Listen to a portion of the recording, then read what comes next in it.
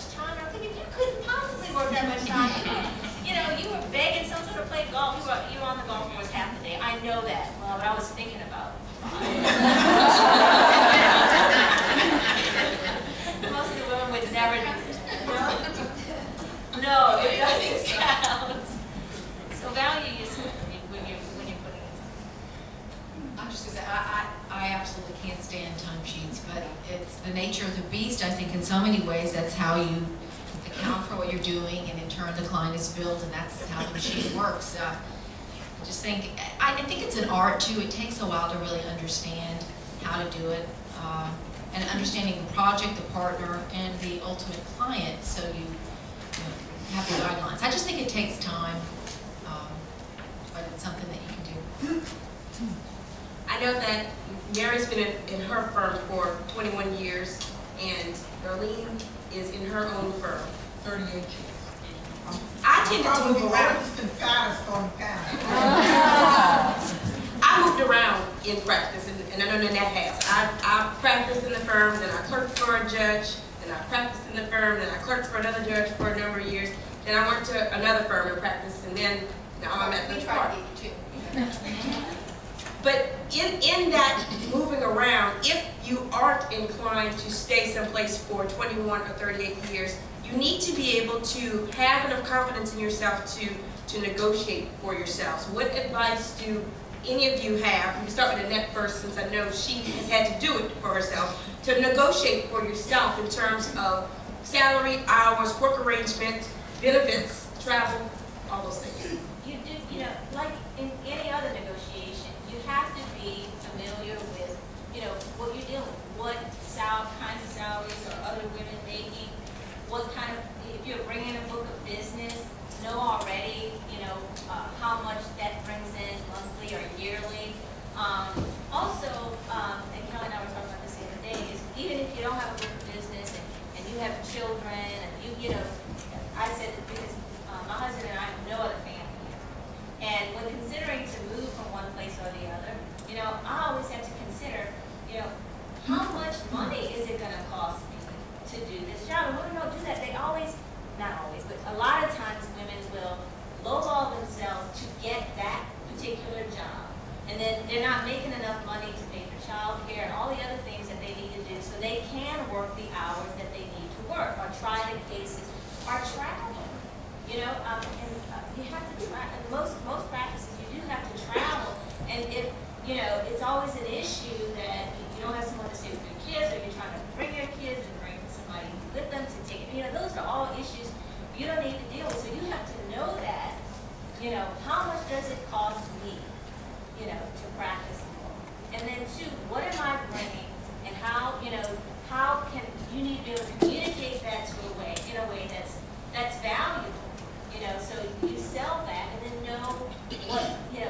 know what other people are making, men and women alike. You have to know that, and then be honest with yourself. Not just with when you begin a job, but as you proceed in that job. A lot of women get frustrated. So so and so got a big bonus, and I didn't get it. You need to figure out what it is that they did differently and what you need to do differently. And it might just be a perception sometimes. But no one, another thing is, I think it's the way you perceive the world. I mean, some people believe that they're entitled, and they've got the confidence that I am worth this, and this is what I'm entitled to. And other people feel like you got to give them something, and it's like, or they feel like, oh, well, it's got to be a level playing field. If the option to work from home was available, somebody would tell me.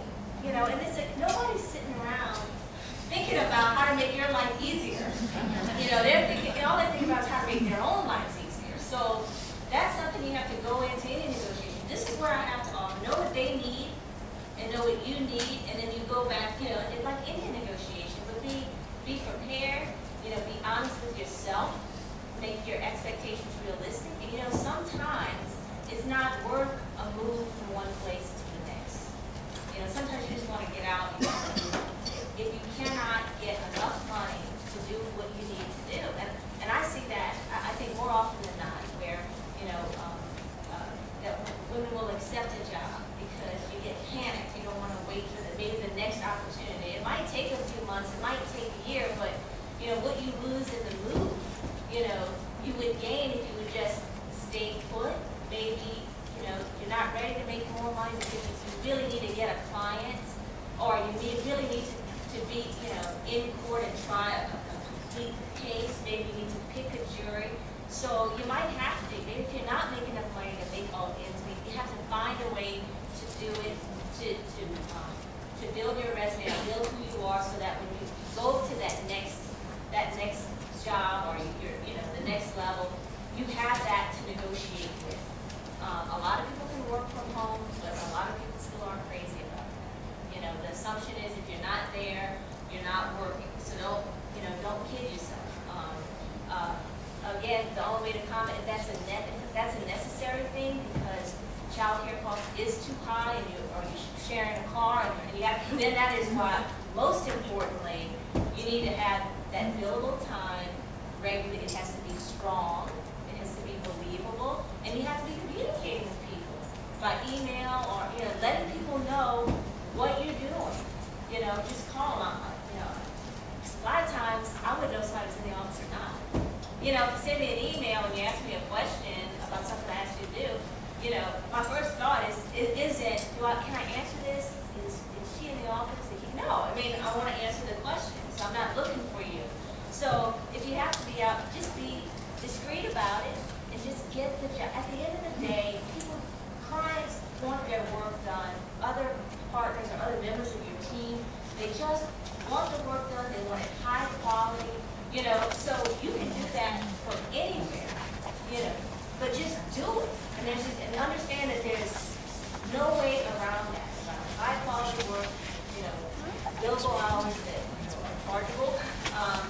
There's some concrete things, and equip yourself with all that information, coupled by the confidence that you can earn everything that's on your resume. You earn it, it's yours, you are worthy of it, and communicate that. One of the things that one of the ladies said on the panel earlier was that Patricia Krebs, that she was not going to be a bag carrier. How can we as female attorneys get placed on the glorified, high-profile, sexy cases? We're not pigeonholed in doing just the research, or the grunt work, or the document reviews. Well, the only way you're going to do that is to establish yourself as a trial lawyer. And that's going to depend on your own skills. If you want to get on the big, high-profile cases, you've got to be worthy of being able to try. Not just say that because you're a woman, you're going to be on cases. It's taken me many years to get on those cases, and I really had to fight to get on class action cases. And one of them was a CSX case that I tried. I had 534 clients in the CSX case, and the males did not want Mr. Hank Dart fought and argued a motion to keep me off the committee. Judge Katz didn't buy it, and I got on the committee, and guess who wound up trying most of the case? It was me. In fact, your law firm was involved in that. So, because I had a